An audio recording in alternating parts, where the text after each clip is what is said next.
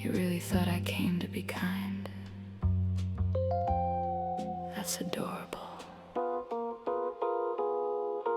9 lives, clean paws, and no reason to lie.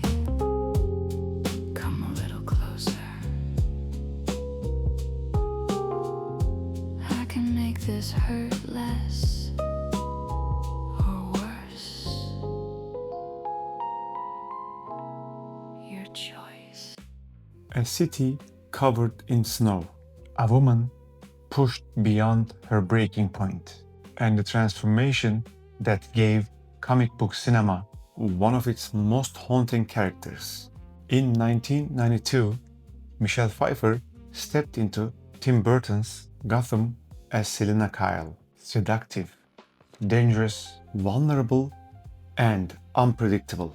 Her Catwoman became inseparable from Batman Returns. More than 3 decades later, JND Studios faced a difficult challenge, recreating not simply Catwoman, but Michelle Pfeiffer's Catwoman.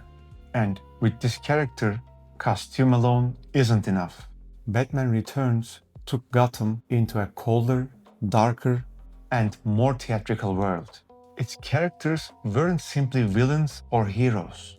They were damaged people hiding behind their identities they had created for themselves. Selina Kyle begins as quiet, awkward, and routinely ignored. Then she discovers the truth behind her employer Max Shreck's plan. Shreck throws her from a window and leaves her to death.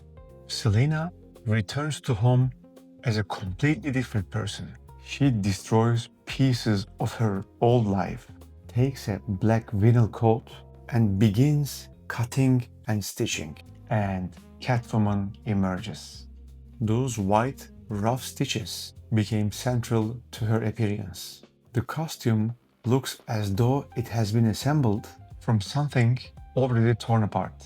And in many ways, so has Selina. Michelle Pfeiffer makes the transformation convincing because Selina never completely disappears. Confidence suddenly becomes vulnerability. Humor turns into aggression. Seduction becomes threatening. You never know which side of her is coming next. Interestingly though, Pfeiffer wasn't really cast originally for this role. Annette Bening had been chosen to play Catwoman, but withdrew from the production after she got pregnant. Pfeiffer stepped in and, preparing for the character, went far beyond wearing the costume. She trained extensively with the bullwhip, allowing many of the Catwoman's moves to be captured directly on camera rather than hidden through editing. Then there was the suit. It looked extraordinary. Wearing it was another matter. The costume was extremely tight and restrictive, and Pfeiffer has spoken about how uncomfortable it could be. But visually, it became perfect for this version of the character. Glossy black vinyl, aggressive white stitching, a mask that appears constructed rather than manufactured, glamorous from a distance, but interestingly strange as you move closer. And that's the part where JND enters the story. The objective isn't to create an idealized Catwoman. It is to reproduce Michelle Pfeiffer within the visual world of Batman Returns. That puts enormous pressure on the portrait. With a fictional face, a sculptor has freedom. With Michelle Pfeiffer, every feature can be compared with the real person. The eyes, the mouth, the cheek structure, and especially the expression. Here, JND captures something important. She isn't quiet smiling. She isn't openly aggressive either. There is the confidence in the face, but something underneath is still unpredictable. That ambiguity belongs perfectly to Michelle Pfeiffer's Catwoman.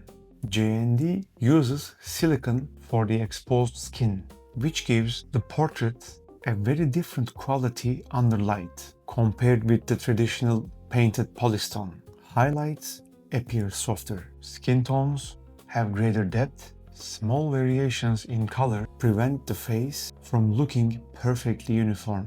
Combined with the eyes and individually applied hair, the effect can become surprisingly lifelike from certain angles. And Catwoman makes this particularly challenging because the mask conceals much of the face. There is less exposed skin available to establish the likeness. Every visible feature matters. Then the costume takes over.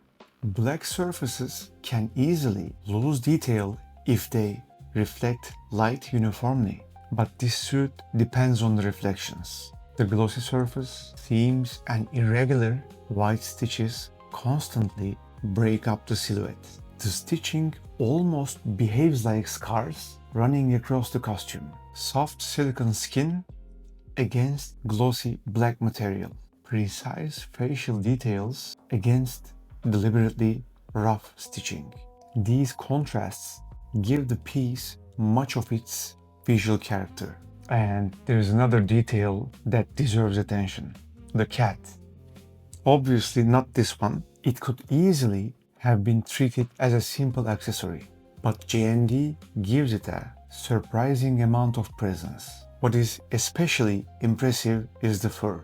It is sculpted rather than real, yet from normal viewing distance, it can genuinely appear soft.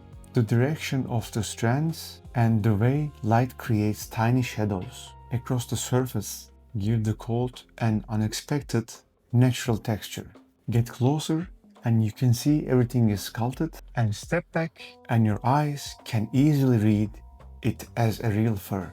It is a simple detail behind the complexity of the complete figure, but it adds another layer of realism to the entire display. Several actresses have played Catwoman since 1992, but Pfeiffer's version remains instantly identifiable. Black vinyl, irregular white stitches, that silhouette alone is enough. And more than 30 years later, very little explanation is needed. You see her and you know exactly where she belongs. Tim Burton's Gotham. Batman Returns. Thank you for watching, and I'll see you in the next one. If you enjoyed the content, you can also subscribe to the channel. This is Vaulted Figures.